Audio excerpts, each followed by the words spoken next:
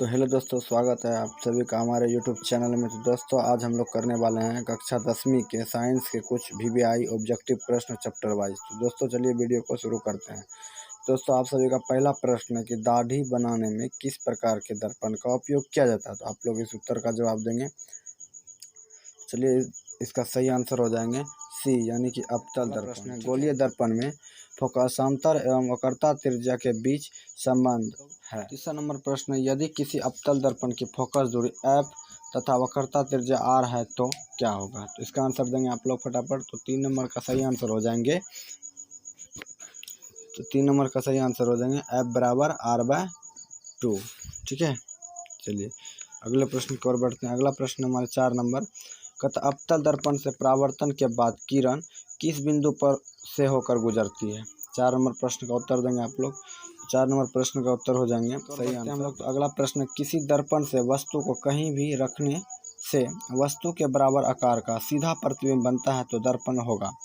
तो ये कैसा दर्पण होगा आप लोग बताएंगे इसका आंसर। तो इसका आंसर हो जाएंगे सही आंसर, ये हो जाएंगे प्रकाश का वर्ण विक्षेपण किस उपकरण से संबंध होता है। 7 नंबर प्रश्न का उत्तर देंगे आप लोग फटाफट। इसका सही आंसर हो जाएंगे प्रिज्म। ठीक है, चलिए 8वां नंबर प्रश्न को देखते हैं। 8 नंबर प्रश्न है दोस्तों, प्रश्न है किसी गोलीय दर्पण की वक्रता त्रिज्या 50 सेंटीमीटर है तो उसकी फोकस दूरी क्या होगी। तो 8 नंबर प्रश्न का उत्तर देंगे आप लोग। तो इसका सही आंसर हो जाएंगे 25। ठीक है, 25 सेंटीमीटर। चलिए अगला प्रश्न की ओर बढ़ते हैं। अगला प्रश्न है 1 मीटर फोकस दूरी वाले उत्तल लेंस की क्षमता होगी, यानी क्या होगी 1 मीटर वाले फोकस दूरी वाले उत्तल लेंस की क्षमता। तो बताइए इसका सही आंसर। 9 नंबर का इसका सही आंसर हो जाएगा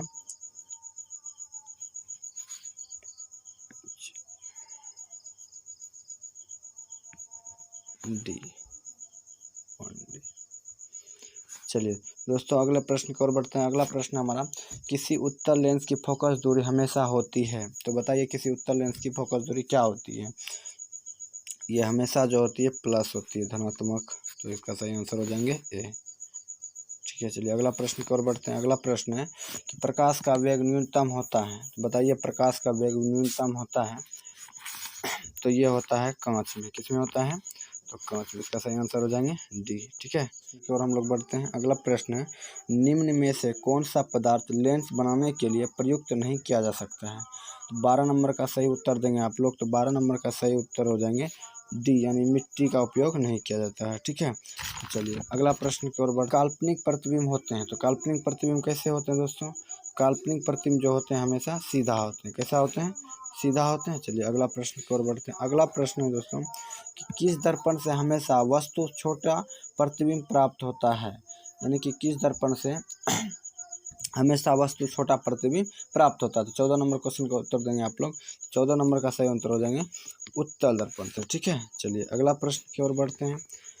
अगला प्रश्न है 4D क्षमता वाले अवतल लेंस की फोकस दूरी क्या होंगे। ठीक है, इसका सही आंसर देंगे। तो इसका सही आंसर हो जाएंगे 25 सेंटीमीटर। ठीक है, चलिए अगले क्वेश्चन की ओर बढ़ते हैं। अगला क्वेश्चन है किसी उत्तल लेंस का फोकांतर 50 सेंटीमीटर है तो उसकी क्षमता क्या होगी। इसका क्षमता बताएंगे आप लोग। इसकी क्षमता जो हो जाएंगे वो हो जाएंगे +2D। क्या हो जाएंगे, +2D। ठीक है, चलिए अगला प्रश्न की ओर बढ़ते हैं। अगला प्रश्न है हमारा, किस दर्पण से वस्तु का बड़ा प्रतिबिंब बनता है।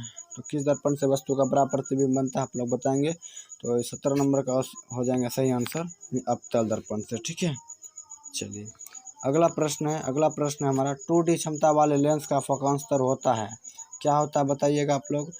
इसका सही आंसर हो जाएंगे यानी 30 सेंटीमीटर। क्या हो जाएंगे, 30 सेंटीमीटर। ठीक है, चलिए अगला प्रश्न की ओर बढ़ते हैं। प्रश्न है प्रकाश के अपवर्तन के कितने नियम होते हैं। तो प्रकाश के अपवर्तन के 2 नियम होते हैं। ठीक है, चलिए अगला प्रश्न की ओर बढ़ते हैं। अगला प्रश्न है समतल दर्पण द्वारा बना प्रतिबिंब होता है, कैसा होता है। समतल दर्पण द्वारा बना प्रतिबिंब हमेशा काल्पनिक होता है। कैसा, समतल दर्पण द्वारा बने प्रतिबिंब कैसे होते हैं, काल्पनिक। ठीक है, चलिए अगला प्रश्न की ओर बढ़ते हैं। अगला प्रश्न है जब प्रकाश की किरण हवा से कांच में प्रवेश करती है तो मुड़ जाती है, यानी किसके ओर मुड़ जाती है। तो इसका आंसर हो जाएंगे, तो ये जो है ना अभिलंब की ओर मुड़ जाती है। ठीक है, तो ये अभिलंब की ओर मुड़ जाएगी। चलिए अगला प्रश्न की ओर बढ़ते हैं। इसमें फोटोग्राफी कैमरा का अभिदृश्यक होता है, किसमें होता है अभिदृश्यक? तो इसका हो जाएंगे उत्तल लेंस। कोई दिक्कत? चलिए अगला प्रश्न की ओर बढ़ते हैं। अगला प्रश्न है दोस्तों कि साइड मिरर के रूप में प्रयुक्त होता है, तो बताइएगा साइड मिरर के रूप में क्या प्रयुक्त होते हैं? तो ये हो जाएंगे उत्तल दर्पण। क्या हो जाएंगे? उत्तल दर्पण। ठीक है, चलिए इसका सही आंसर बी हो जाएगा। निर्गत किरण एवं अभिलंब के बीच के कोण को कहते हैं, तो बताइए क्या कहते हैं? तो इसका सही आंसर हो जाएंगे परावर्तन कोण। क्या कहते हैं? परावर्तन कोण। ठीक है, चलिए अगले प्रश्न की ओर बढ़ते हैं। अगला प्रश्न है अवतल लेंस का आवर्धन बराबर होता है, यानी अवतल लेंस का आवर्धन बराबर होता है, तो इसका आवर्धन बराबर आप लोग जानते हैं कि v/u होते हैं। ठीक है, कोई दिक्कत? चलिए अगला प्रश्न, लेंस में मुख्य फोकस की संख्या कितनी होती है? तो बताइए लेंस में मुख्य फोकस की संख्या कितनी होती है? 26 नंबर का सही आंसर देंगे आप लोग। इसका आंसर हो जाएंगे 2। ठीक है, कोई दिक्कत? आगे बढ़ते हैं हम लोग 27 नंबर में।